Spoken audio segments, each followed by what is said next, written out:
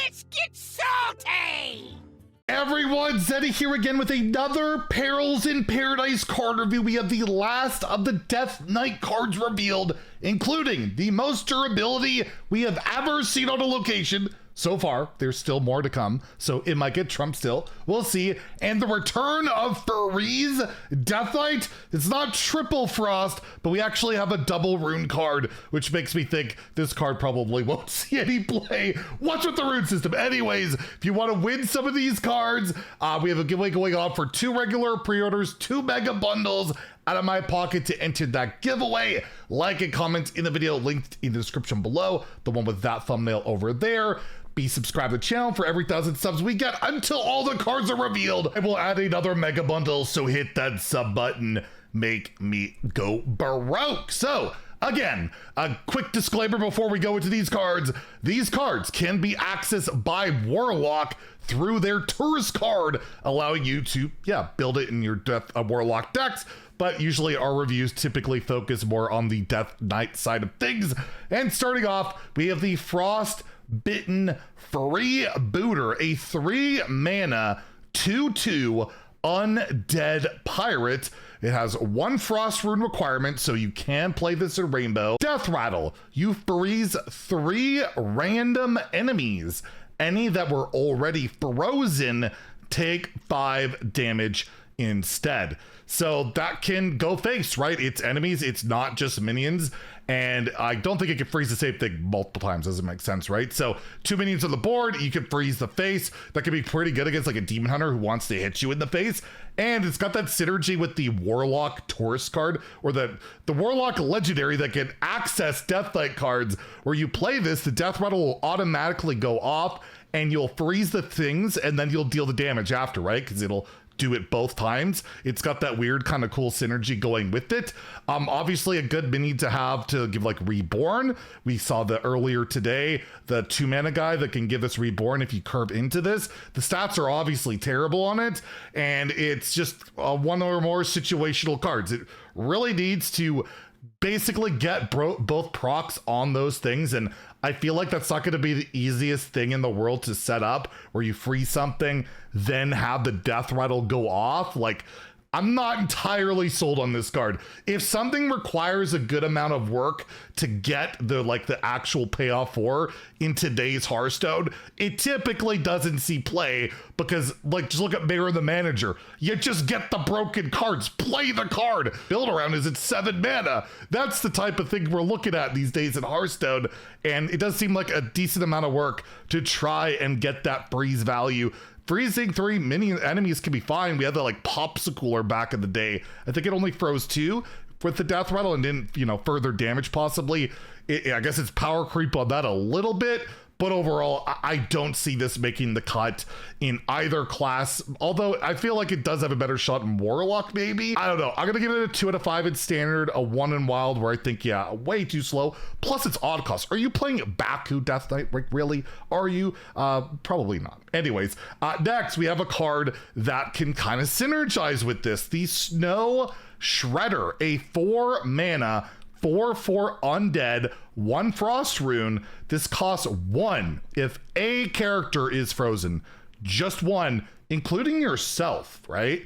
Any character, your opponent freezes you. It's the mirror. Maybe you never want to freeze each other, because then you can cheat out a Snow Shredder for 1 mana. So all you gotta do is freeze 1 thing. You can play this with a Glacial Shard, and you can cheat this out for 1 mana. Like, that's really not that hard to do. It's really good already with the weapon in Standard that you want to play in most Death Knight decks. The Lifesteal smack something, and then you can play a Snow Shredder. Again, the Death Rattle we looked at, just any freeze effect. This is just free stats, and mana cheat, good. That's my technical term for mana cheat effects. Good, very good. Is this gonna win you the game? No, but it's just nice tempo. And if you're playing just enough freeze effects, you obviously have to be running quite a few for this to consistently go off. This is absolutely worth running. It's just, how many freeze effects are we running right now? Not a lot. We have a few in this little reveal package and the prior sets. Is it worth throwing this into your deck? Probably. I think it's got a shot. I'll give it a 3 out of 5 in standard just for, yeah, you get a 1 mana 4/4 as early as turn 1 with the coin. That could be really good, right? Like Glacial Shard, Coin, Snow Shredder. You got a 2/1 and a 4/4 on the board. Seems pretty good to me, right? So again, that'll be a high roll and you have to build around it, which might make your deck worse in other ways. We'll see, but I do think the card has potential in Wild. It is even, but I don't think you're playing like even Frost DK. I know I always mention even with DK, but that's literally the only Death Knights I ever face in Wild is even DKs or Greedy Blood DKs, and they wouldn't play this either. So I'll give it a 2 there. And Warlock has very few ways to freeze things outside of what they can access here in the set, and I guess Glacial Shard. Probably won't see that much play Warlock, but again, you never know. And hey, we have a freeze card with a gigantic downside in today's Hearthstone.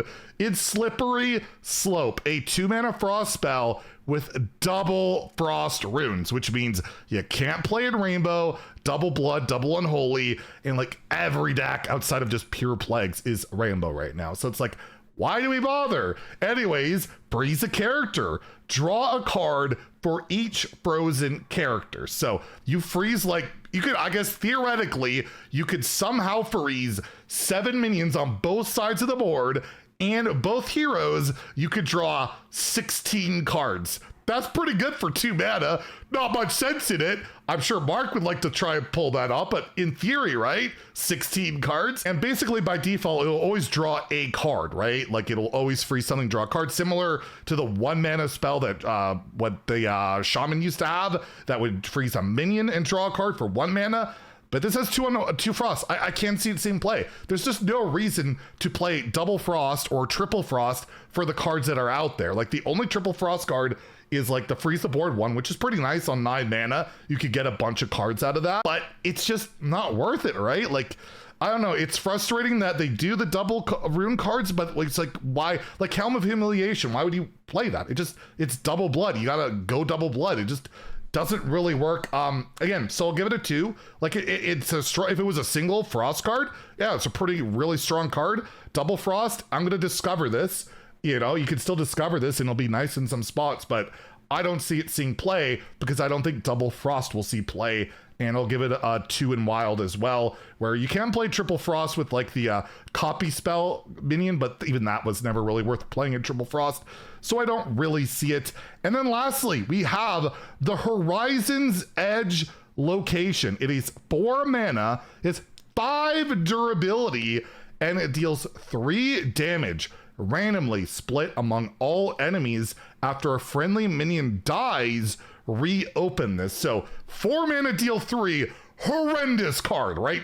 Terrible. You're never playing it. But you play this on 4, and then for example, the next turn you play Army of the Dead, I think it's called. You could just trade them all off and you could deal 15 damage with that. That's a lot of damage, right?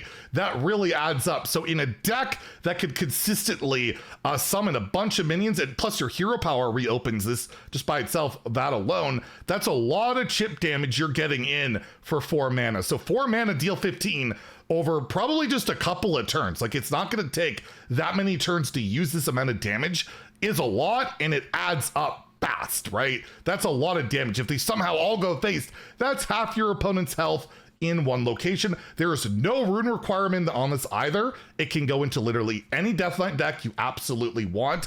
So yeah, you're only playing this in a very tokeny style of Death Knight deck, but Rainbow, pretty much like that. A lot of these cards we're seeing, the attack buffing and all of that, just gives you so much damage to weave into your turns as you go along. You can save it too. You don't have to use it. You know, you can leave it open and push damage. And of course, it can go face. So it's not just minions.